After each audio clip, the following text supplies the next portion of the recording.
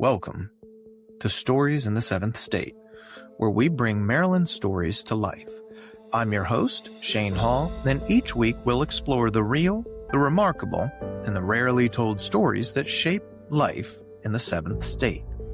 From local legends to hidden histories and modern-day makers, these are the stories that define Maryland. If you're a Marylander, you do not have a state flag. You, my friend, you have a brand. This is not just a banner, it's a culture. It's on your bumper stickers, your hats, your boat flags. It's painted across the end zones of football stadiums. It's emblazoned on every lacrosse uniform. It's one of the most recognizable and frankly ubiquitous state symbols in the entire nation. The Maryland flag is the visual mic drop of state banners. California's got a pretty cool one, South Carolina's got a pretty cool one, Texas has a recognizable one, but nothing is as bold or loud, and if you live here, it is absolutely inescapable. The Maryland flag is incredible. Take a moment and look at the other flags of America. Most of them are forgettable. A state seal on a simple blue field, a design choice that vexillologists, those are experts who study flags, universally disparage. And then there's Maryland. This flag is the outlier. It's the one that broke every rule and somehow became a masterpiece. It's consistently ranked as one of the best flags, not only in our country, but in North America in general. And it's actually a work of medieval European heraldry that functions perfectly as a piece of modern American branding. And yet to a flag designer, the Maryland banner is an anomaly. A good flag is supposed to have just, something simple on it, something that a child could draw. According to the flag experts, the Maryland flag is complex. A good flag is supposed to use 3 colors or fewer. We got 4: black, gold, red, and white. The reason that this flag works, the reason that it fairly shouts Maryland, as the flag experts say, is precisely because it is complicated. It's not just a flag, it's a historical document.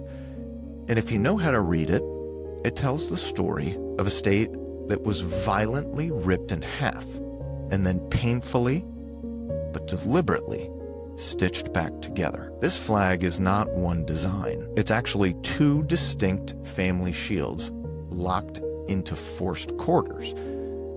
And to understand this forced marriage of symbols, we have to travel back to 17th century England, because the entire story begins with a profound act of religious defiance.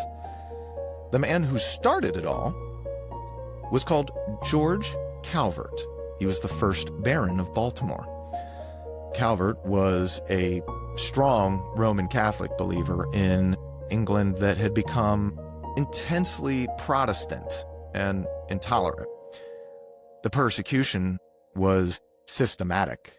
Catholics were fined, barred from public office, and forbidden from seeking any kind of Catholic education for their children. So facing this pressure, Calvert sought to establish a safe haven in the New World, a colony where Christians of all persuasions could worship freely. In 1632, he was granted the province of Maryland. So when George Calvert created the coat of arms for this new colony, he didn't just use his own family crest. He used 2. And this is a crucial detail, kind of a quirk of English heraldic law that would define Maryland history for centuries. The shield featured on the banner is a quartered design that integrates the arms of his father, George Calvert, with those of his mother, Alicia Crossland. So the first and fourth quarters, these are the bold gold and black diagonal stripes, that is the design of the Calvert paternal arms. So that black and gold that you see, those are the original Maryland colors recognized throughout the colonial period. The second and third quarters, the red and the white fields with the specific trefoil-tipped cross, that is the Crossland maternal arms. The shield features the cross-botany counterchanged, meaning the cross is red where the background is white, and white where the background is red. Now, you guys, this might not seem interesting right now, but bear with me, because it's about to heat up. Calvert was entitled to honor his mother's powerful lineage because she was a heraldic heiress. It was a simple genealogical formality executed centuries before the state even existed. There's an ancient law used to honor the matriarch of a family in the 1500s, and that created the fault line for a civil war that would erupt 300 years later. For decades after the American Revolution, Maryland largely discarded the colonial symbols, using generic state seals on a blue background. A design that is now universally criticized by experts. The state was left really with kind of a flag void. The Calvert coat of arms, the basis for our modern flag, was reintroduced into the public sphere in 1854 through a law mandating a new state seal, followed by a more accurate version, 1876. Well, think about the timing, though. This complex quartered shield, which contained two legitimate yet distinct symbols of Maryland's proprietary past, were formally resurrected and made official just before the storm of the Civil War had arrived. Now, this intentional reappearance of the complicated heraldry unintentionally provided the perfect symbolic vocabulary needed for this impending conflict. The state's deepest conflict ultimately found its emblems not in newly invented banners, but in pre-existing quartered structure of the Calvert shield. Let me elaborate. Let's fast forward to 1861. Maryland is not just divided, it's one of the most dangerously divided states in the Union. It was a slave state with deeply rooted Southern sympathies, particularly concentrated in Baltimore, the Eastern Shore, and the southern counties of Maryland. And when President Lincoln called for troops, the situation immediately exploded. Just 5 days after Fort Sumter, the Baltimore riot of 1861 erupted when pro-secessionist mobs attacked the 6th Massachusetts Infantry marching through the city. The riot was led by a man carrying a rebel flag. Maryland was immediately placed under martial law, and its loyalties were completely fractured. In this climate, citizens needed clear, immediate, visible signals of loyalty and defiance. There was no internet. I don't even know if we have telephones at that time. And the two halves of the Calvert shield were immediately and violently separated into two opposing political banners. So you had the Union standard and the secession symbol. Let's talk about the Union first. The Union standard was black and gold. Union loyalists sought symbols to identify their home state while affirming their loyalty to the North, and they quickly embraced the familiar. So that would be your black and gold, that Calvert paternal arms section of what we know today to be our flag. These were known as the Maryland colors or the Baltimore colors and represented a state that, however reluctantly, stayed within the Union. Union Army regiments from Maryland fighting in the Army of the Potomac utilized the black and gold on their flags and their uniforms. Now, conversely, the secessionist symbol was the red and white. Marylanders that were sympathetic to the Confederacy needed a symbol that was both uniquely Marylander, yet defiant of those Union-claimed colors. They reached for the obscure maternal lineage.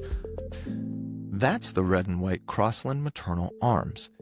This was strategic and symbolic move.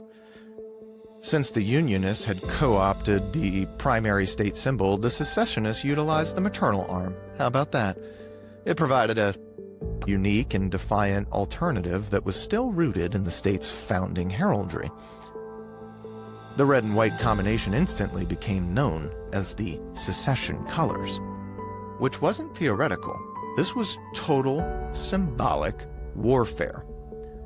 Now, following Lincoln's election, the red and white symbols appeared everywhere as a widespread civilian resistance. So, from yarn stockings, cravats, and clothing, a deliberate, widespread display of defiance had ensued. In the military, Marylanders who fought for the Confederacy adopted the specific shape of the Crossland crest. The Maryland-born Confederate soldiers pinned that metal cross botany shape into their gray uniforms and caps as a unique and powerful way of identifying their place of birth and their defiance of the Union. Most explicitly, the headquarters flag, or guidon, of Maryland-born Confederate General Bradley T. Johnson was clearly a red cross botany on a white field, the Crossland arms used as a banner of war.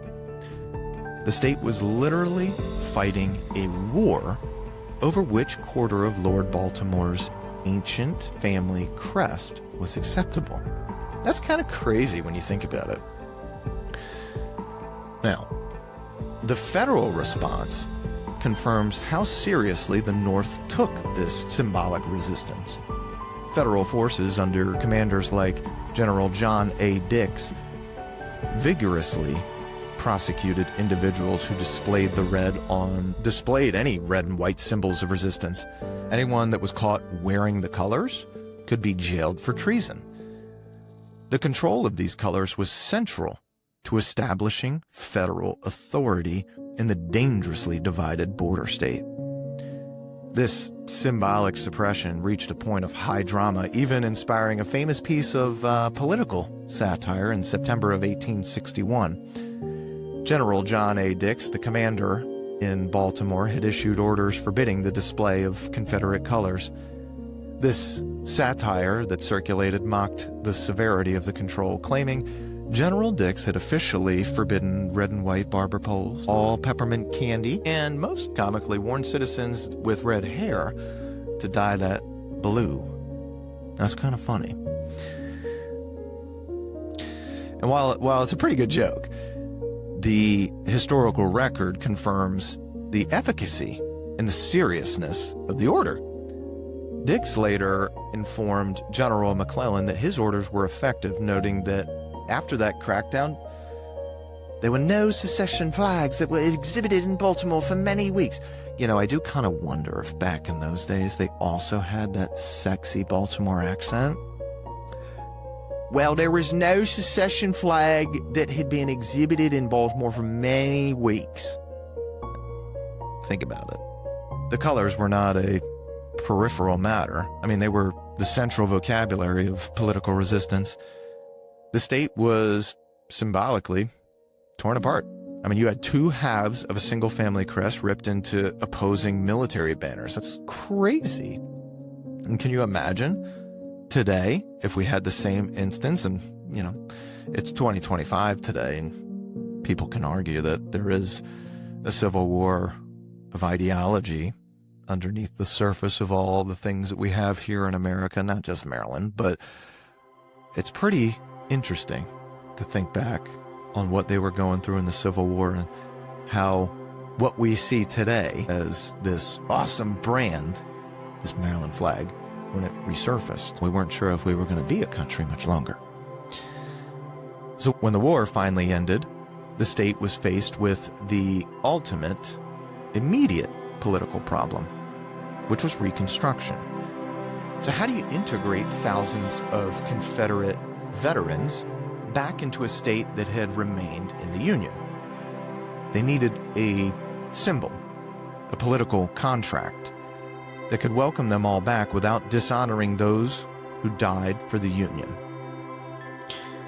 They needed a flag that acknowledged both loyalties without declaring one side victorious. The solution was really a work of political genius.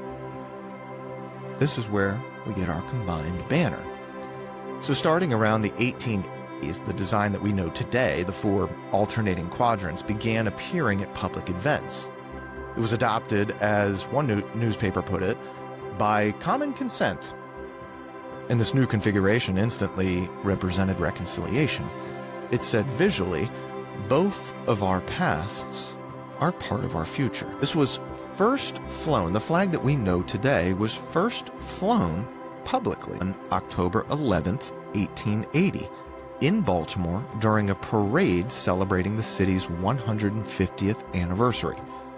But the most potent declaration of this compromise came 8 years later, on October 25th, 1888, at the most sacred and contested site of the war, the Gettysburg battlefield. Maryland was there to dedicate monuments to its Union regiments of the Army of the Potomac, and at that ceremony the combined flag was flown. This was the ultimate political statement. They were flying the flag that visibly contained the red and white Crossland arms, the symbol worn by Confederate soldiers at the site of the Union's greatest victory. It finalized the flag's purpose as a symbol of unity, not victory, for all Marylanders. The popular support for the flag was formally recognized by the General Assembly, which officially adopted the current design in March of 1904. This intentional act of healing is why the flag is such a powerhouse of modern identity. It's the defining visual shorthand for Maryland pride. Its cultural saturation really far outstrips that of any other state flags in the country. You don't really have to look much further than the University of Maryland that uses this flag design across all of its sports, most famously in its collaboration with the Baltimore-based athletic apparel company Under Armour. They developed the high-profile Maryland Pride uniforms using helmets that were hand-painted with the flag design, which brought the state's iconography some national visibility. You look at our professional teams in the region, the flag's influence is even visible there. I mean, you have the Baltimore Ravens who incorporate the flag's patterns into secondary logos in their gear and their end zones. You have the Baltimore Orioles featuring a Maryland State-inspired patch on the sleeve of their jerseys. There is micro-branding everywhere with this flag. The passion filters down to local commerce. I mean, the ubiquitous flag-colored stickers that are shaped like crabs and horses and labs that are bumper stickers. It's a self-perpetuating cultural mechanism that has absolutely made the reconciliation banner the undisputed visual identity of the state. Now, the flag's strength today does not derive purely from its colonial heritage, but rather from its utility in providing a solution to a crucial post-war political necessity: reconciliation. Had the flag been simply, using the Calvert arms, it would have lost both of that visual punch and the crucial narrative that makes it a symbol for all Marylanders. The complexity is the key. But the entire reconciliation story, this deep dive into the heraldry, the Civil War schism, the political compromise, and the cultural triumph, it's summarized and permanently cemented in one final, often missing legal detail. It is literally crowned atop the flagpole. In 1945, the General Assembly passed an extraordinary, highly specific piece of legislation, Chapter 862, Acts of 1945. It was a legal mandate that governs flag protocol to this day. Any ornament affixed to the top of a flagstaff carrying the Maryland flag must be a gold cross botany. Now think about that for a second. The cross botany is the specific shape used by Confederate soldiers, the defining element of the secessionist Crossland arms, the red and white maternal lineage. But it is required to be rendered in gold, the color of the Union-associated Calvert paternal arms. The state legislature, decades after the war, deliberately placed the symbol of secession, bathed it in the color of the Union, and mandated that it must serve as the pinnacle of state sovereignty. This definitive hybrid symbol ensures that neither side of the historical conflict can claim total victory, and frankly, that's the way that it should be. There is no honor in having your neighbors, your friends, your brothers and sisters die over a conflict like the Civil War. There is no victory in that. The Maryland flag is often misunderstood as a simple clash of colors or something that's just fun to look at, but it is in fact a work of political genius. And frankly, our politicians today could take some notes. It is the only state flag that is purely based on British heraldry. It's also one of the only flags in the nation that explicitly commemorates a Civil War compromise. It breaks every rule of design. It's complex, it's loud, it uses 4 colors, but it needs that complexity to tell the whole difficult story. The story of an aristocratic accident that created a divide, a violent schism that tore the state apart, and a powerful final act that mandated unity. It is a flag that wears its history, both painful and proud, on every single quarter of it. Thank you for listening to Stories in the Seventh State. If you like this episode, please like, subscribe, review. We will try to come out with as many episodes as we can over the remainder of the year and certainly following into 2026. But we have so much going on right now with our different podcasts. You know, if you're just now tuning into the Housecats Podcast Network, we have a plethora of shows.